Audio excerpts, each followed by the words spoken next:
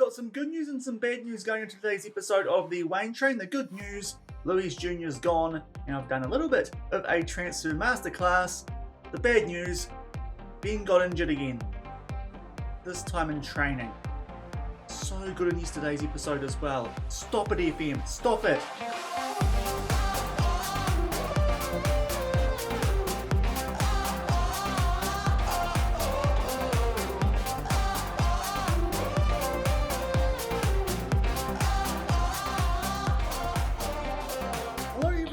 Episode number 27 of the Waine Train here on Sean Does FM. I hope you are doing well. And coming up today, we take on Brighton in the FA Cup and then West Ham in the Premier League. In between that, we've got January transfer deadline day, and before then, an update on what we have done off the back, as you can see, of the sale of our former first choice goalkeeper in Luiz Junior. So if you're looking forward to all that coming up in today's episode, then do remember to go down below, leave a thumbs up on the video, and if you haven't done so already and are enjoying the series here on the channel, also consider hitting that subscribe button and turning that notification bell on as well. It is greatly appreciated. But before we get stuck in to the games that we have played off the back of yesterday's episode, some quite frustrating losses against Man City and Tottenham, where we actually played pretty well. If you missed that episode, I'll leave a link to it over in the top right corner. Off the back of that, thankfully, we did get rid of our goalkeeper, who didn't really put in those couple of games. I think it is fair to say he did end up going to Saudi Arabia, to Al Hilal, and that was Luiz Junior for 40 million up front. That will rise to 50 million, albeit his value now is actually quite high, and I'm starting to see now why he might have been packing a bit of a sook, because he's being paid £475,000 a week.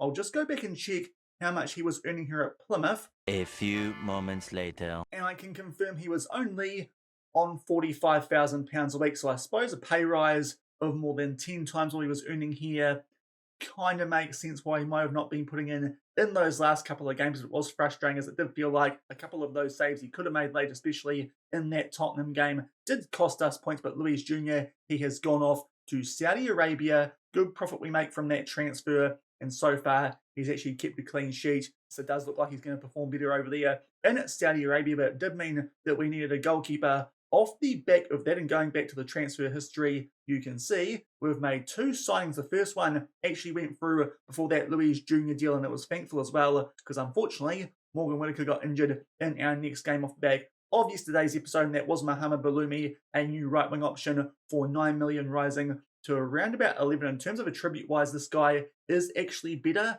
than Morgan Whittaker, so that can make things interesting if he does perform well while Whittaker is out with that injury. He's on quite a high wage as a squad player, but I think going into next season, he'll probably take that starting spot. A good player out of Algeria joining us from Valencia, so that's a new player here at Plymouth Argyle going in to today's episode. And then I think we did pretty well in trying to replace Luiz Junior. We spent 3 million on a replacement, and that was Casper Tobias, I believe is how you might pronounce that name. In terms of attributes, I added them up. He should actually be better than Luiz Junior, and for £3 million, that does mean we have a lot of money left over to still invest in some more players to potentially strengthen up our squad here for the back half of the season at Plymouth Argyle, and hopefully make sure we do make our way into a good European competition for next season. But there's our new goalkeeper, Casper Tobias, formerly of Legia Warsaw. That's where he's played all his football so far, for the most part, apart from one loan down the leagues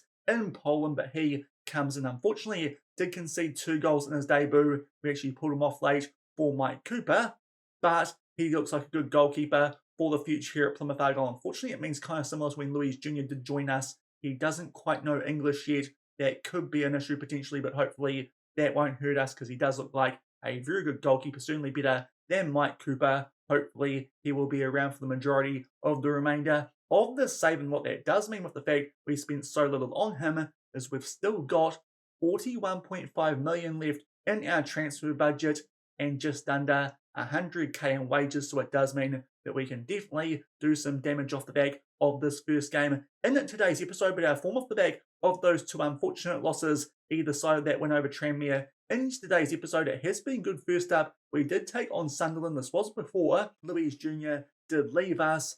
I put Mike Cooper in goal because I was not impressed with those efforts of Luiz Junior in those last couple of games. As you can see, Morgan Whittaker did get injured, so our new signing in Balumi, he came off the bench the first day that he did join the club, but thankfully put out a good performance in this game. His first half double to Nikola Iliev got us underway. Buckley with a goal before halftime, and then Pizarro came off the bench and grabbed one late, coming on for the Waine Train. That was before he picked up that injury in training, but a good 4-0 win there over Ange Postecoglou's men and away from home. That is quite a nice result to get us back on track, and thankfully we did continue with a 3-2 win at home over Leicester City, but this one was certainly a close run thing. We got off to a really good start in this game yet again in front of our fans at Ashton Gate. Play a couple of balls for their Waine, for the good Johnson. Nice strike from outside the box, so an early assist there for the Waine Train, and unfortunately his last game for a little while, and then only a few minutes later a corner, and good Johnson at the far post forces a save there out of Hermansen. It goes back to him, he puts away the rebound, but then only a few minutes later Bishov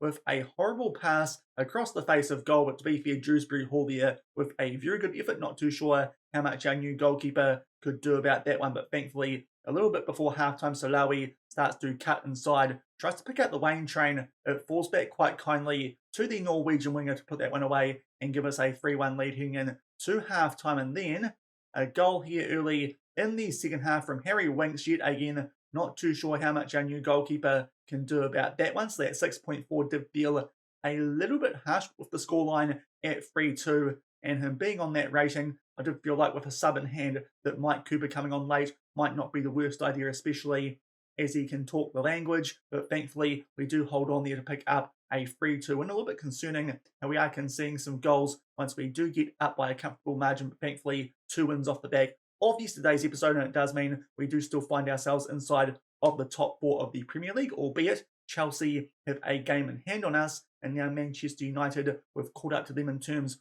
of games played, and they're only 2 points behind us, albeit I do still think the top 5 in the Premier League now might get Champions League football because of the extended format for that competition and the coefficient. So hopefully a top 5 finish might be enough for us to get Champions League football for next season, albeit dropping down into one of those lower competitions might not be the worst thing for our first season in Europe as well. If we can get that far, hopefully we don't drop off in the latter stages of the season, because we have a quick look at our schedule late on. There are some pretty tricky games, especially in the last month. Our last 3 games, Chelsea, Aston Villa and Liverpool in particular, and the months before that we take on the likes of Newcastle and Arsenal and Man United and Tottenham. So certainly some tricky games coming up. Hopefully we can make the most of what does look like a slightly easier schedule in the month of February. We'll also take on Everton today in between the 2 games that we show you, but that one at home against the team who are down near the relegation zone. Hopefully that is a game that we can win. And also, before we get stuck into this first game, we take on a Brighton team who are also struggling. They are down in 17th, so they are just outside of that relegation zone. A quick injury update. We've had a lot here recently, just coming back from injury for Kundo Farias, Lewis Gibson, and also a couple of our under 18 players who are training with the first team. So to be fair, not that many who do feature for us usually, but the current injuries are quite significant. We've got the Waine Train. He's out for 12 days to 3 weeks with that twisted ankle he suffered in training. Also in training, our new goalkeeper pulled an abdominal muscle, so that's not ideal. It does mean that Mike Cooper will have to start probably both games in today's episode. Also, Tony Springett's out with blisters, so it does mean we're quite light currently on that left-hand side, and Morgan Whittaker's still a day or 2 away from recovering from that injury he picked up in that win that we did pick up over Sunderland. So quite a few injuries here currently at Plymouth Argyle. Annoyingly, our new goalkeeper as well as the Waine Train, but hopefully we can pick up a decent result. And also, before we move on from the transfers too much, Kane Kessler-Hayden not very happy here currently. He might be a player that we do let go of around transfer deadline day, so maybe that's one way we will need to spend that 40 million spare that we do have, a replacement right back option potentially, or someone who can cover both sides to be a squad player here at Plymouth Argyle. But thankfully we've got more than enough money to do that. But first up today, we take on that Brighton team who are struggling now. Obviously with all those injuries, it does mean our team's going to be a little bit rotated for this first game of today's episode, but hopefully we can still pick up a good result. So as I said, obviously Cooper comes in goal, also Balumi out right for Whittaker, and as well as that Pizarro is in for the Waine Train. But thankfully at this time of the year, the fixtures are starting to get a little bit more spread apart, which is nice off the back of a busy month in December and also the early stages of January. So thankfully, we can put out a pretty strong team for this FA Cup fish. Of course, if we go quite deep in the FA Cup, that might be another way that we could potentially make our way into Europe next season, especially if we start to struggle on that run home in the Premier League. Also on the bench, Vlasic comes on there with all those other goalkeeping injuries that we are dealing with, and as well as that, Herbie Honor is on the bench as well with that injury to Waine Train. Unfortunately, we don't quite have that much striker depth here, especially at the moment with no Facundo Farias as well. Maybe that's something else if we have the spare money that we could do in and around transfer deadline day. To be fair, we could also bring Nestri Irinkunda back, but to be fair, he's getting some decent game time at Ipswich Town, probably more than he'd get here as Brighton. They are going with the 4-2-3-1, so it would be nice to leave Nestri out on loan. He is very promising, but current ability-wise, it still just needs to polish that diamond, it feels like, with the young Tanzanian, who in real life, I believe, is more Australian, but still, that's hopefully a player who we can use next season. But first highlight here in this FA Cup tie, it is to Brighton, albeit poor free kick there. Graves gets on it. Now Iliev starts to make his way onto the edge of the box. Good chance there. Verbruggen, though, makes a good save as Iliev tries to bury that one bottom left corner, hit that one across the face of goal. But thankfully, a good start for us here off the back of an interesting option from a free kick from Brighton. There's a chance for us from a corner, but unfortunately, it goes over the post. Apologies if my eyes are off target here, but ads just popped up about a Black Friday sale couple of days late, but in the first 15 minutes of this game, we have been on the front foot, albeit Balumi has picked up a yellow card. We'll just get him here to ease off tackles, but so far it's been good, albeit off the back of that, there is a corner to Brighton. These can be quite lethal off the back of a change in this year's game, but this one might actually be in our favour as we win that ball, and now Sarawi gets a chance to do something here somewhat on the counter-attack, albeit that's a poor pass backwards, and now Tadic is on the ball to Liska, who's been a real thorn in our side in this fixture previously. Nice ball over there for Evan Ferguson, but thankfully he skies that shot. Cooper has nothing to do, and we keep it at 0-0 with Brighton's first attack of the game. So hopefully, sooner rather than later, we can score a goal here in front of our home fans, but it might be a slightly disjointed performance with a couple of changes to this team. That time, Lewis Dunk gets his head on the end of that corner, but thankfully, that one just goes over the bar, not by very much, but Brighton are looking quite threatening here from set pieces, but thankfully still 0-0. But certainly they're starting to get the ascendancy a bit more in this game. We'll just now demand more from our guys, and hopefully that might see us grab a goal before half time, albeit you have to do it here from a long way out. A goal kick here that we do take. That's a poor option there. I believe that was from Bischoff yet again, like in that previous game where he gave away a goal. A good chance there, I think it was Talisca, but thankfully that one comes off the post of Brighton. The woodwork so far is denying them just a little bit, and we'll go into halftime locked up at 0-0. We had a good start in that game, but off the back of that, Brighton certainly on the front foot in the second part of that first half. We'll take off Balumi here. Now, Morgan Whittaker is on the bench, but not quite on a full green heart. I think we'll have to risk it here, though, with Balumi on a 6.2, and also Iliev not doing too well. The Icelandic striker and Good Johnson can come on for him. We'll just get them at Whittaker to ease off tackles going into the second half, because we didn't actually play that well, so we'll tell the guys not too happy with that first half. We started off well, but then just faded away as Brighton did get on top of us, especially through those corners. But thankfully, first highlight of the second half, nice and early, and looks like it might be in our favour. Williams finds this. Now Som makes his way for Pizarro. Good play there. Bischoff, nice ball through to Serrari. Will tuck that one away, but unfortunately, bottom right corner, the assistant referee has put his flag up. Hopefully, that's a mistake, but usually that's a pretty good telltale sign. Indeed, Sarawi was offside probably so far this season. One of our best players here at Plymouth Argyle, but good short passing, but he is just offside there, just gets in behind of, I believe that is the left back there from Brighton, and it is still 0-0, but thankfully we've put the ball in the back of net early. Hopefully we can do that a few more times here in the second half. That ball does just find Williams, but then poor pass off the back of it, albeit now Dest with an interception. Probably could have tried to play that one forward to a striker, but unfortunately takes on the shot himself. It's pretty much straight down the middle, and Verbruggen can make a save, albeit does go out for a corner. We pick out Reece Williams, but we can't quite get a shot off there, and for some reason Bischoff plays that one well backwards. Bit of a funny routine there. Still 0-0 with around about a half hour left in this FA Cup time. Now Gutierrez, he picks up a yellow card.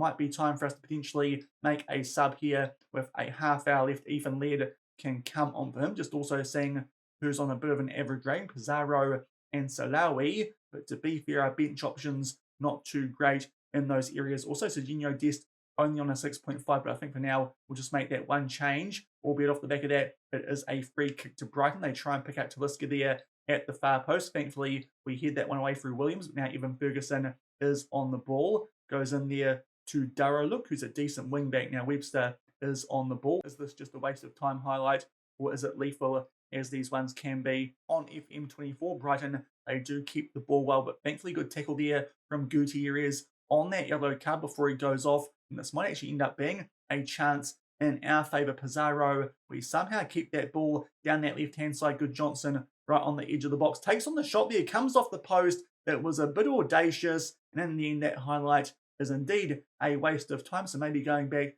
to FM20 freestyle with those highlights off the back of some changes. But now it's a corner here to Brighton. They flick that one on far post, but thankfully Evan Ferguson yet again does miss the target. It stays nil, or we will press the Stupinan off the back of that suggestion. But now Serginho Dest down to a 6.4. Sebastian Hausner can come on him, and also will take off Simon Som or Adam Randall. A little bit concerned because Randall and Bischoff don't actually have that good a partnership together, so that's a bit concerning.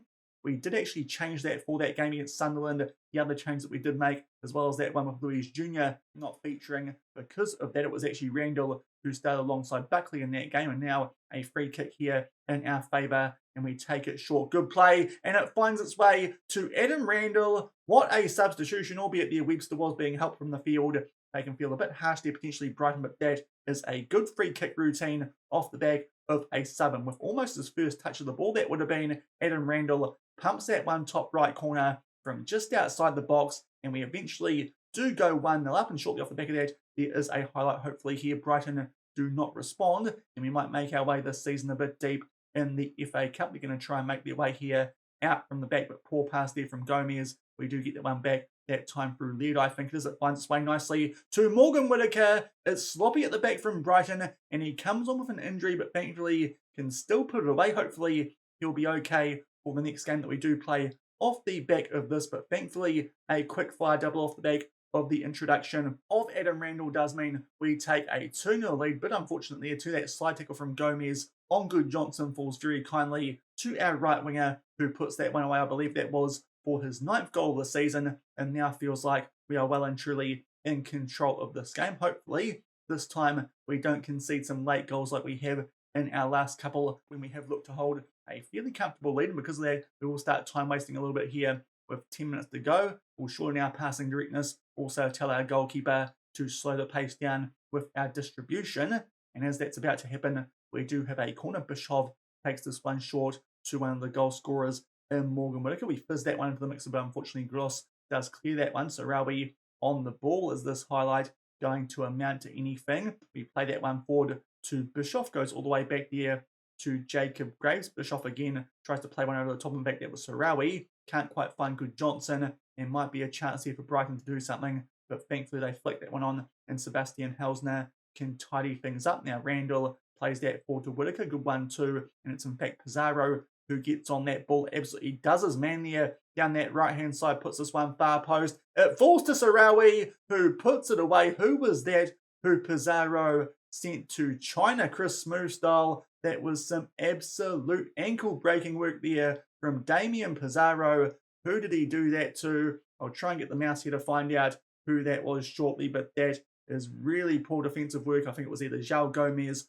or Estupinan, who Pizarro has just absolutely wrecked there, and we make it 3-0, and that should be the goal, which sends us through to the next round of the FA Cup. And a highlight shortly off the back of that might be a chance for us here to pick up a very impressive win. Now Hausner floats that one far post, but Verbruggen does come out and claim that one, but this does look like it should be a comfortable win to send us through to the next round of the FA Cup. I'm pretty sure this would now be the furthest we've gone in this competition so far. We've been knocked out quite early in the FA Cup. At least we've gone a bit further in the Carabao Cup most seasons. The FA Cup has felt like we've got some pretty tough draws, albeit only our 3rd season in this competition. Now a chance for Evan Ferguson to put a goal back. He does, albeit waiting here for a VAR check, but he's running back to halfway with the ball. So I think it will stand, and indeed it does. So maybe this game not quite over yet. Yet again, we are conceding goals late. Talisca there with the assist, and Ferguson does put that one away.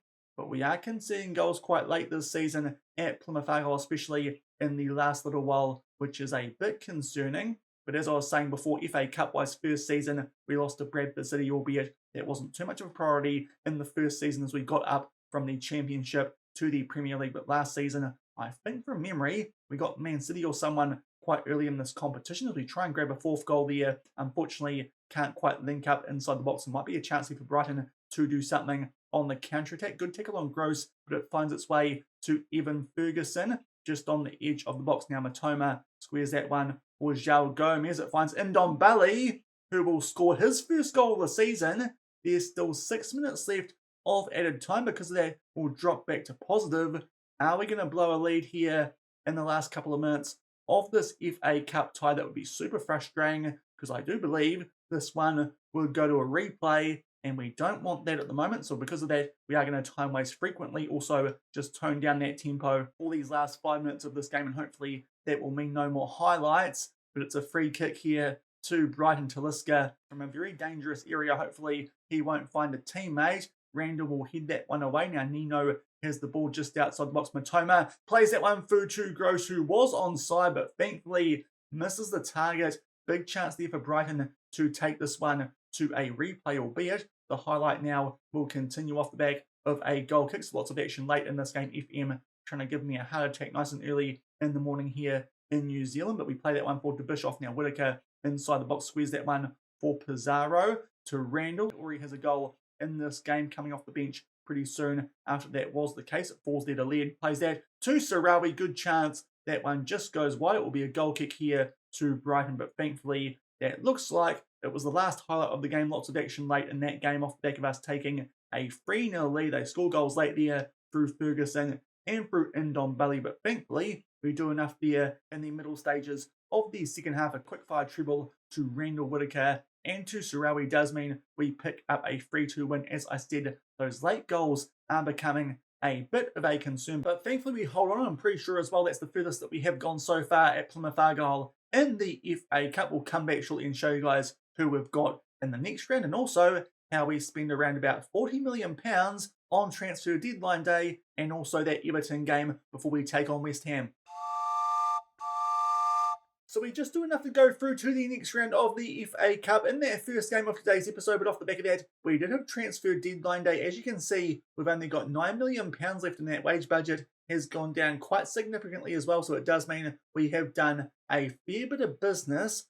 First up, I did just think, in case we got an injury, that we might actually need a centre-back option here at Plymouth Argyle. And we've spent quite big in that regard. So that's where most of the money from Luiz Junior that was left over has gone. We've signed out of Italy and Salernitana Lorenzo Parola, a 23-year-old centre-back who can also cover left-back, so actually quite similar to Jacob Graves. And to be fair, he's a bit better than him in that ball-playing defender role, so it could mean that Jacob Graves might drop back down to the bench as a centre-back come left-back cover option. But good option here for us at centre-back, especially if we do get an injury to one of Gibson or Williams or Hausner or Graves. It does just mean we're not quite as light at centre-back. Don't have to call on someone from our under-18s, and seeing as we did have the money, felt like we may as well do that. So Lorenzo Parola, he joins us here at Plymouth Argyle for the remainder of the season. As you can see, is almost on a Saudi Arabian wage, but I do think we need to start spending money like that if we are to try and challenge for European football here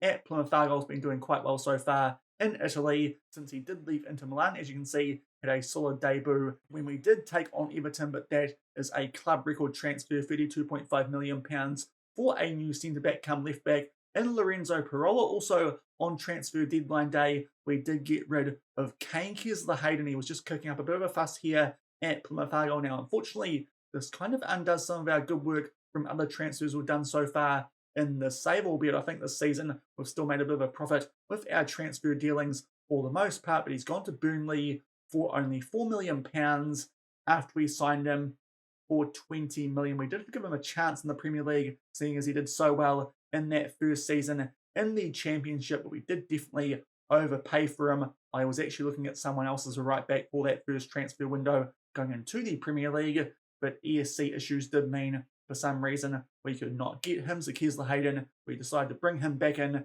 but for way too much money. And this season, he has been overtaken by players like Serginho Dest. He's gone to Burnley for only £4 million. That is a significant loss transfer-wise, but I did think we'd cash in on him while we could. So Kane Hayden no longer here at Plymouth Argyle, so that did somewhat influence what we did do on the remainder of transfer deadline day, and we signed 3 new players, albeit only 2 of them are here at Plymouth Argyle. The first was another right-back option who can be the backup and behind Serginho Dest, so it does mean now that Ethan Laird is the cover on both sides, and it is a cheap deal, to be fair. Still made money on this one, getting this guy in for $1 million while selling Kane Hayden for 4. But one David Mosquera joins us from Millonarios in Colombia, 2.5-star current ability, 3.5-star potential, and attribute-wise, he is better than Hayden despite the fact those star ratings don't look that great. So that's our new backup right back here at Plymouth Argyle, coming from Colombia, 3 caps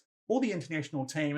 And he just looks really happy, doesn't he? So hopefully he'll be a bit happier than Kane Hayden was. Also, did use the rest of the money because there was still some left over to sign a couple of youngsters. First off, someone who's gone straight back out on loan to Hammarby, and Isaac Vorel, a 19-year-old who looks like a bit of a Swiss Army knife, can cover pretty much anywhere in the front half of the field and also can play defensive midfield. So he should be quite useful as a potential squad player for us in the future once he does join us when he does finish the season off at Hammarby over in Sweden, but certainly a high potential player that we did pick up for only £1.3 million. And as well as that, I did get myself an extra striker because we are getting quite a few injuries to the likes of the Waine Train this season. And with Nestri, as I said, still out on loan at Ipswich Town, we'll just add a bit more depth there. And Alano Bando joins us from Liga de Quito over in Ecuador. We spent $2.5 million on him, and to be fair, 2.5-star current ability and potentially 5 stars, albeit only 4 of those are gold. He looks like a really good option if we do get an injury, and he's also quite strong in the air. Could be a quite similar player to someone like Good Johnson, and at only 19 years old, already 11 caps and 4 goals for the international team in Ecuador. He looks like he could be a fairly promising striker that we get in on the cheap here at Plymouth Argyle. So just strengthening our overall squad depth here going into the second part of the season. Also, that big signing, that club record signing of Lorenzo Parola as an extra centre-back option. Off the back of that, we did play a game against Everton. Thankfully, we did pick up a win. It was a pretty quiet game, but Nikola Iliev did get the job done. And it did come through an early goal here, just shy of the 10-minute mark. Wilson Esbrand playing at left-back in this game. We'll update that shortly. There's more injuries, but a floated ball there, far post. Iliev heads that one home across the face of goal, past tiny arms Jordan Pickford. That was all the main action in that game. We were certainly the team who were on the front foot, albeit Everton actually kind of dominated that first half. Thankfully, got more on top in the second, but it did stay 1-0. We pick up a win, and also good to see Tobias with a very good performance, despite the fact he was actually injured going into that game. The reason that Ferret was also on the bench. We potentially were going to start our young goalkeeper, but thought better of it, and thankfully Tobias with a good effort there, an 8.0, which was a big reason in us keeping a clean sheet, despite the fact that Everton did have 8 shots on goal. And as you can see, a bit of an interesting bench for this game as well. We'll update that off the back of checking the Premier League table. We do keep inside that top 4, 3 points clear of Chelsea, 5 points clear of Man United, in a pretty good position, and hopefully we can pick up a win next up as we take on West Ham, currently just inside of a European qualifying spot. But before then, another injury update, because things still not very good here at Plymouth Argyle. A couple of players are back from injuries recently. Thankfully, Casper's back for the second game of today's episode, as you saw from that previous one, also recovering from recent injuries. Sarawi Whitaker, Cooper from a flu, Ethan Laird, Tony Springett, and still Lewis Gibson. So we've had a lot of injuries here recently. Unfortunately, the Waine Train, he's still out for 5 to 11 more days, but also Hubert Glasses picked up an injury now. Thankfully, third choice goalkeeper, not too serious, but it did make things interesting for that Everton game. The reason that we did start Tobias, despite the fact he still had a little bit of a stub finger, I think it was. He's out with a double hernia. That won't impact us too much. The one that will is Miguel Gutierrez, out with a twisted ankle for 9 days to 3 weeks. He had just started to find a good patch of form here, kind of like Reece Williams did about halfway through last season after we signed him. So it does mean for this upcoming game, we are going to be starting our new signing in Parola like we did for that previous one, but also a couple of tired players off the back of that game against Everton does mean we're rotating for this one a little bit more than I would ideally like to. So obviously with those injuries, it does mean that Casper stays in goal this time, not with that injury, which is quite nice. Also at the back, Parola, as I mentioned earlier, better ball playing defender than Jacob Graves. He will start there, albeit Jacob Graves, because of those left back issues, Wilson Esperan's not quite on a full green hat. So he starts in this game. Hopefully he can do a decent job for us there, like he did last season, albeit last season was playing mostly as a wing back on defend. And as well as that, Facundo Farias, he will start out left. Seeing as one of our better players so far this season in Osama Sadawe is not quite on a full green hat. So a couple of players there that we could have risked, but just felt like it's not really worth it considering the current injury situation here at Plymouth Argyle. Also, Ethan Laird and Alano Bando do make their way onto the bench. So it's a bit of an interesting team that we are putting out for this game. We'll just give Bando a number here before we get stuck into this one. He can get number 29, hopefully a good option for us off the bench. He will be playing as an advanced forward if we do bring him off the bench, because Good Johnson can do a better job at pressing forward. So that's just a little bit of difference as well from our usual bench here at Plymouth Argyle. Hopefully the Waine Train, though, isn't too far away from the action, but hopefully we can pick up a decent result here against Wayne Rooney's West Ham and make it 5 wins in a row in all competitions. But we are conceding some late goals recently. Hopefully that is not a trend that does continue, but West Ham go with the 4-2-3-1 and come into this one in some pretty good form, as do we. Hopefully we can keep that going here at the London Stadium, but West Ham have given us some tight games in the past. We can win this one. It will put us in quite a strong position to hopefully stay inside of that top 4, especially with some easier games coming up off the back of this before we get stuck into the month of March. And also we've got the next round of the FA Cup. We'll reveal who we're playing in that before we do finish things off in today's episode, because that's what we're probably going to come back for when we do come back at the start of tomorrow. But the first highlight here in this big Premier League clash is in our favour. Whittaker plays that one back to Williams. Now Serginho Dest starts to cut inside, plays that one forward to Pizarro, doing a very good job in place of the Waine Train, but unfortunately loose touch there, and West Ham with a chance to get on the attack. Baquita plays that one out to Bowen, makes his way down that right-hand side. Graves wasn't marking him too tightly, but thankfully eventually does do a pretty good job. Actually didn't consider the fact that Parola might be a better left back, so if we struggle defensively, that's something which we might check. The good start from us here, it looks like, as Farias does link up nicely with Iliev down that left-hand side. We'll try and fizz this one across the face of goal, looking for Pizarro. It's a bit iffy there. Somehow West Ham do hold on, and it was an offside there. Iliev did just stray in behind of that West Ham defensive line, but certainly an encouraging start, despite the fact that left-hand side in particular is a bit of a jumbled mess for this game, with Graves linking up with Farias. Certainly something that we weren't doing too much last season, considering that Farias played most of last season as a central attacking midfielder. But off the back of that opening highlight, now halfway through the first half, it's a free kick here to West Ham. And now here, Nacho there on an injury does get in behind, and Tobias cannot keep it out. We go 1-0 down. Not too sure there how an injured here Nacho is being our defence for pace. That might be a concern. Maybe Graves is a bit quicker than Parola, but that's not good there. Here Nacho gets slaughtered through there by Maksimovic. Parola does just look like he's come out of line a little bit. Williams might have also got a bit of a touch on that one, so Tobias could not make the save, and we do go 1-0 down. Unfortunately, coming up to the half-hour mark, hopefully can find a way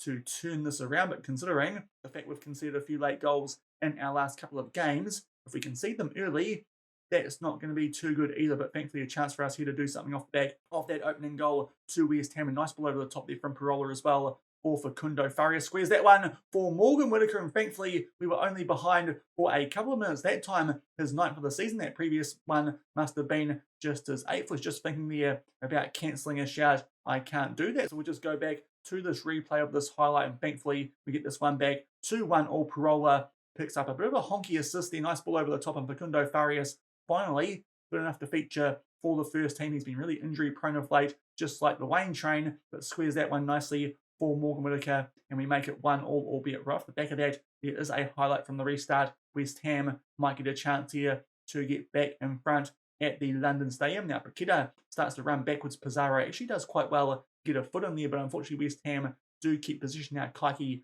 plays that one to JWP. Good press there from Son, but unfortunately it still finds its way to Emerson. Now Maksimovic, another nice ball over the top there for Ahia Nacho. Our defence just not keeping up with him.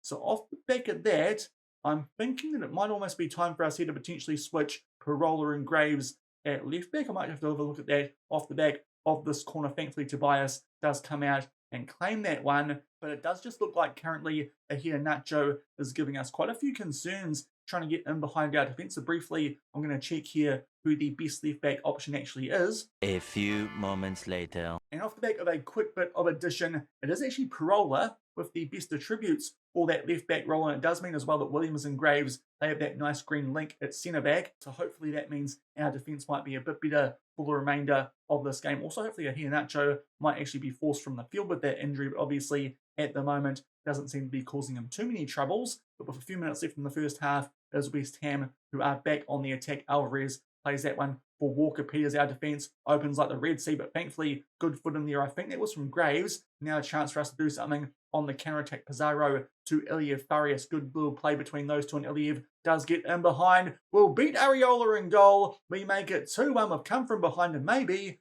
that might have something to do with that slight switch we made. Probably not, because I don't think any of our players were involved in that, albeit Jacob Graves did win that ball back for us inside of the opposition box, and from there, a good counter-attack. Facundo Farias having a very good game so far at left wing. Hopefully, we can keep him fit for the remainder of the season, but 2-1 in front now here at London Stadium, albeit it might not last long. JWP with a free kick. Paqueta fizzes that one into the mixer, and for some reason, despite the fact we are supposed to be tightly marking him, Ahia Nacho can put that one away with a simple tap-in, and it is back to 2. Oh, it's a good set-piece routine there, albeit no idea why no one is marking the striker. Iliev there, keeping everyone onside, seeing as he is marking that near post, trying to stop that from crossing the line. And we now make our way into 5 extra minutes. Ew.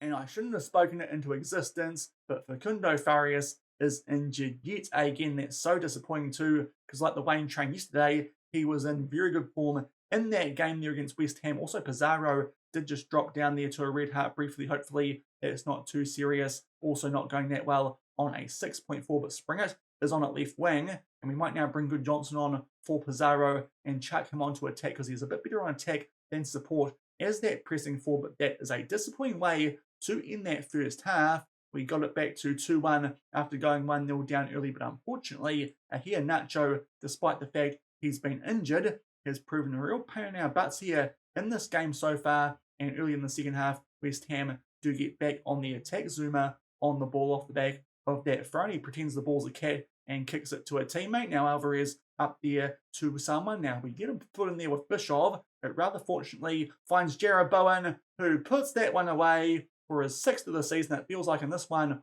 all the touches are going in favour of West Ham, and they strike either side of half-time, which could be quite brutal for our winning hopes. Bischoff there with a really good footing, but unfortunately doesn't find one of our players, and Jarrod Bowen can put that one away. I think now we're going to take off Parola on a 6.4 at left back. Maybe that experiment hasn't quite worked. Ethan Laird can come on for him. Might be regretting the fact here I did not leave Wilson Esbrand or Sarawi on the bench, seeing as they weren't quite on a full green heart, but unfortunately now 3-2 down. Hopefully we can find a way to get this one back to free orbit. So far this game's looking a little bit like that one that we played against Tottenham in yesterday's episode. West Ham though on the attack again. Emerson makes his way down that left hand side. Paqueta inside the box has already created a goal in today's episode. Emerson with a chance, but thankfully that one goes over the bar. Tobias with an acrobatic attempted save. Thankfully didn't need to touch it. And now coming up to the hour mark, we are still down 3-2. Thankfully, they've taken off Ahia Nacho, but now with a half hour left, Tom Bischoff is down to a 6.4. So because of the fact that he doesn't link up too well with Adam Randall, I think we're just going to switch here. Both our midfielders, Randall and Buckley, have a pretty good combination from the Premier League last season, so they can come on for both Som and for Bischoff in that defensive midfield. Hopefully that might just help us grab something from this game. But as we make our way towards these last 10 minutes, we are still down by 3-2. So I think it's time for us here to chuck our wing backs onto attack. Also get Adam Randall to go on to support. Also we're going to try Laird here at right back and Dest at left back, just because the star ratings actually suggest that might be a better idea. And we'll see if we can grab a goal back in the later stages of this game. This would be a frustrating loss against a team who are below us on the table, even though it is away from home. Nothing quite working, so we're going to tell our guys go a bit wider in attack and also be more expressive, get the goalkeeper to distribute quickly, and also to the fullbacks just to see if that will help out at all